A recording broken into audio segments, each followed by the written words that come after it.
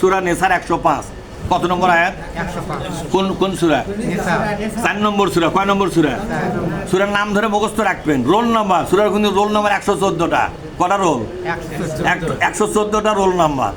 1 থেকে 114 পর্যন্ত যদি মুখস্থ করতে না পারেন তাহলে বোঝা গেল যে আপনার সাথে কোরআনের সম্পর্ক খুবই কম।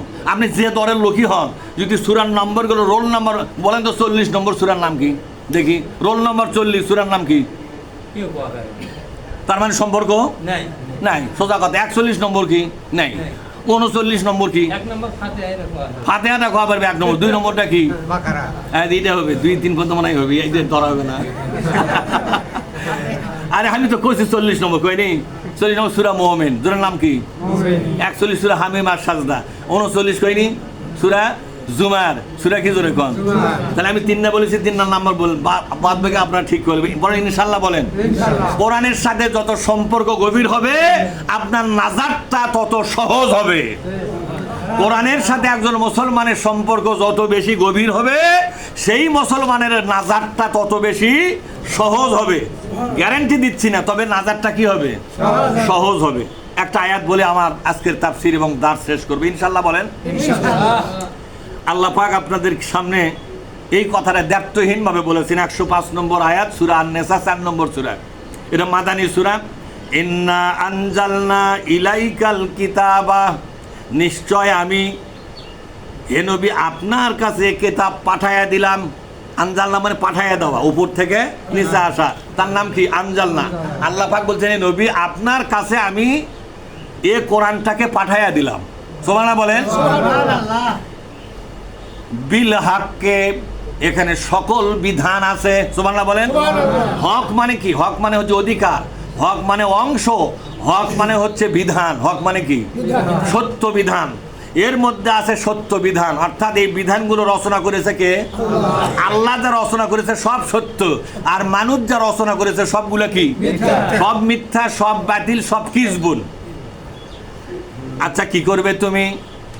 নবীবার তাকায় আছে আল্লাহ কি বলে? লিতাহাকুমা, তুমি শাসন চালাবে। কি চালাবে? রাজনীতি করবে, শাসন চালাবে, দল চালাবে, বিচার চালাবে, এদেশের সব কিছু নিয়ন্ত্রণ করবে।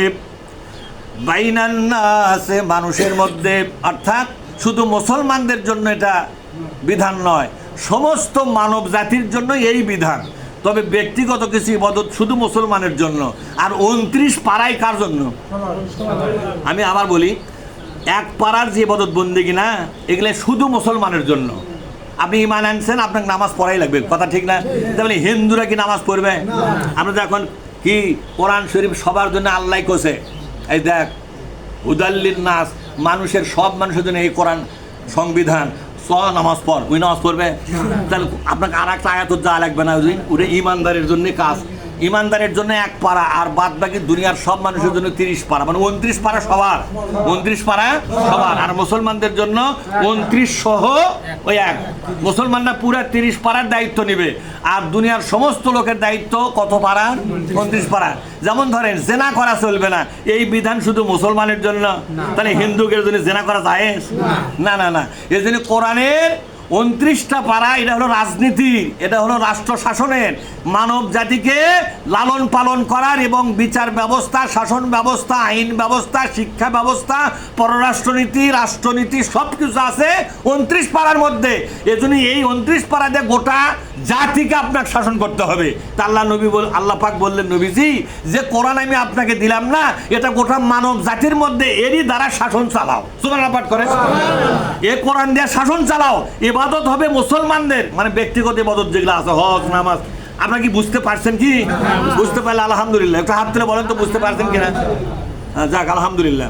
তারা বুঝাবার না পারলে তো আমাকে কোমাবে ধরে এখন, ঠিক না? আমারও তারা কোমান খাওয়ার খানা তৈরি হয়ে আছে যে ভালো করে বুঝাইস নি, কারণ নাকি তো। হ্যাঁ, আল্লাহ তাআলা বলছেন নবী কেমনে বিচার করবে মানুষের মধ্যে? বেমা আরাকাল্লাহ, বলেন বেমা আরাকাল্লাহ, এই বিচারটা আল্লাহ তোমাকে নিজে দেখায়া দিয়েছে। আমি আয়াতটা বারবার পড়তেছিলাম, জীবনে মনে হয় 1000 বার পড়েছি। এই বিমা আরাকাল্লাহ, বিমা আরাকা মানে দেখালেন যিনি আপনাকে সেইভাবে বিচার করবেন। তাহলে নবী আল্লাহ কিভাবে দেখালো। পরে আমার হঠাৎ করে মনে হলো, ইলহাম হলো ভেতরে, যে বিশ্বনবী কিন্তু মেরাজে গেছিল। আমাদের দুনিয়ার হিসাবে 29.5 বছর ছিল। কয় বছর? এই দুনিয়ার সব কিছুকে আল্লাহ লক করে দিয়েছিল, সূর্যের জায়গায় দাঁড়া থাক। কিভাবে করছে তাই মহাশক্তিমান, তার ইচ্ছাই সব চলে, সব লক করে দেয়। 29টা বছর সারা সৃষ্টি জগতের যতটুকুন এলাকা এবং যতটুকুন কারবার তাকে দেখান লাগে, তাক দেখায়া মুখস্থ করায়া তারপরে আবার দুনিয়াতে পাঠায়া দেওয়ার পর কিছুদিনের পরে আল্লাহ পাক তাকে রাষ্ট্রপতি বানায়া দিল। সুবহানাল্লাহ পাঠ করে। তার মানে হে নবী, কিছুদিন আগে আপনাকে যে বিচার ব্যবস্থা দেখালাম, কিছুদিন আগে যে, এ কথার অর্থ তাই হচ্ছে না, কিছুদিন আগে যে আপনাকে বিচার ব্যবস্থা আমি আল্লাহ আপনাকে দেখায় দিলাম যে কিভাবে বিচারগুলা শাসন ব্যবস্থা চালান লাগে, রাষ্ট্র কিভাবে চালান লাগে। আমার কেন যেন মনে হচ্ছে ওই মিরাজের সময়টা, আমার ধারণা এই সুলাইমান আলাইহিস সালামের রাষ্ট্র শাসনরা আল্লাহর কাছে রেকর্ড আছে না নাই? কথা কয় না পারে, রেকর্ড আছে না নাই? নূহ নবী যখন ওই যে ইরাক ধ্বংস হয়ে যায়, নতুন করে আবার মানব জাতি শুরু হলো না, তখন তো নূহ নবী রাষ্ট্রপতি হয়েছিল। সুবহানাল্লাহ বলেন। নূহ নবী কিন্তু শেষমেশ কি হয়েছিল? রাষ্ট্রপতি হয়েছিল। ইব্রাহিম নবী আলাইহিস সালাম বলেন, তিনিও কিন্তু সর্বশেষে যায় কি হয়েছিল? রাষ্ট্রপতি হয়েছিল। এই যে নবী রসুলদের শাসন ব্যবস্থার এই ছবিগুলো আল্লাহর কাছে ভিডিওগুলো আছে না নাই? এগুলা কি আল্লাহ দেখাতে পারে কি পারে না? যে দেখো তোমার আগেকার এই ভাইয়েরা, নবীন একজন নবী আরেকজন নবীর কে হয়, এই ভাইয়েরা কিভাবে শাসন চালাছে নিজের চোখে দেখে যাও। তাই আল্লাহ পাক বলছেন, দেন আয়াতের সাথে মিল আছে না নাই দেখেন তো। হে নবী, আপনি বিচার করে দেন। লিতাহাকুমা বলেন, লিতাহাকুমা বাইনান নাসি বিমা আরাকাল্লাহ। যেভাবে আল্লাহ আপনাকে দেখালো ঠিক ওইভাবেই আপনি মানব জাতির উপরে শাসন ব্যবস্থা চালান। শাসন ব্যবস্থা, সুবহানাল্লাহ বলবেন না? তাহলে কোরআন দিয়ে শাসন করার হুকুম দিচ্ছে কে? আর আমাদের দেশে কিছু ক্যালমেট মার্কা মৌলবী আছে, তারা বলে কি জানেন, কোরআন নিয়ে রাষ্ট্র ক্ষমতায় যাওয়া কত বড় খারাপ কাজ। এই শালা মৌলবী না মৌলবী লয়, কথা ঠিক না ব্যারিক? হ্যাঁ, এই মৌলবী না ইবলিসের দালাল এটা?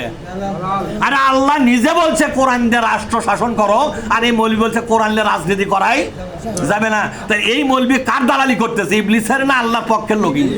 এটা ইবলিসের দালাল। এই কিসের মৌলবী? আল্লাহ তাআলা বলছেন, ওয়ালা তাকুন লিল খাইনিনা খসিমা, শেষ আয়াতটা, ওয়ালা তাকুন লিল খাইনিনা খসিমা। তবে এই বিষয়ে ঝগড়া করবে একদল লোক। আপনি কোরআন দিয়ে দেশ শাসন করবেন, কোরআনের দল তৈরি করবেন, কোরআনের পার্টি তৈরি করবেন, কোরআন দিয়ে রাষ্ট্র ক্ষমতা গ্রহণ করে কোরআনটাকে সংবিধান বানাবেন, এটা একদল লোক সহ্য তো করবেই না, বরং ঝগড়া শুরু করবে। কি করবে? জোরে কোন কি করবে? এই যে খসিমা, খসিম মানে হলো ঝগড়াটে, এই ঝগড়া শুরু করবে। খবরদার খবরদার, ওই ঝগড়াটে লোকদের কথায় আপনি কাজ বন্ধ করবেন না। ওদের ভুগভুগি ভুগেই যাবে। ওরা ভুগভুগি কে ভোগে? কোন তো হাতি চলে যায় পিছনে, না 50টা কুত্তা ভোগে কিনা জোরে কথা। আমি একবার দেখছি হাতির পাশে আমি দৌড়চ্ছি, আমার পাশে দেখি 50টা আগে পাশে কুত্তা কেড়ে আর একা ভোগে। কিন্তু হাতি যে যাচ্ছে এই 50-60টা কুত্তা যে মানে চিল্লা মনে হয় পাশা দেয় পায়খানা বের হয়ে যায়, এত চিল্লাচ্ছে। হাতি আনা কাল্লা ঘুরে আনা দেখলেও না কারা সেগরে, আর সিগড়িতে কারা উঠে হাগে ভরাচ্ছে, বলে দেখলোই না হাতি চললো হাতির মতে। এখন আমি বুঝতেছি এক একটা কোরআনের পক্ষের লোক হাতির মতো হওয়া লাগবে। কথা ঠিক আছে? শালা ওরা সিগড়িবে, ওরা ওদের সিগড়ি করে ওরা মরিয়া যাক। মুতুবে গাইজিকুম বলেন, আল্লাহ বলেছেন মুতুবে গাইজিকুম, রাগে পাইদে তুই মরিয়া যা, কিন্তু মুসলমানরা কোরআনের কাজ বন্ধ করবে না, যা কপালে হয়ে যাবে। কথা ঠিক না ব্যাটি? আমি কি আপনাদের আজকের কোরআন বুঝাতে পারলাম? ফাশাহাদ ইয়া রাব্বি ফাশাহাদ। আল্লাহ তাআলা যে আলোচনাটুকু আমরা এখানে উপস্থাপন করেছি, শুনেছি, আমাদের সবাইকে মেনে নেওয়ার তৌফিক দান করুন। আমিন। আসসালামু আলাইকুম ওয়া রাহমাতুল্লাহ।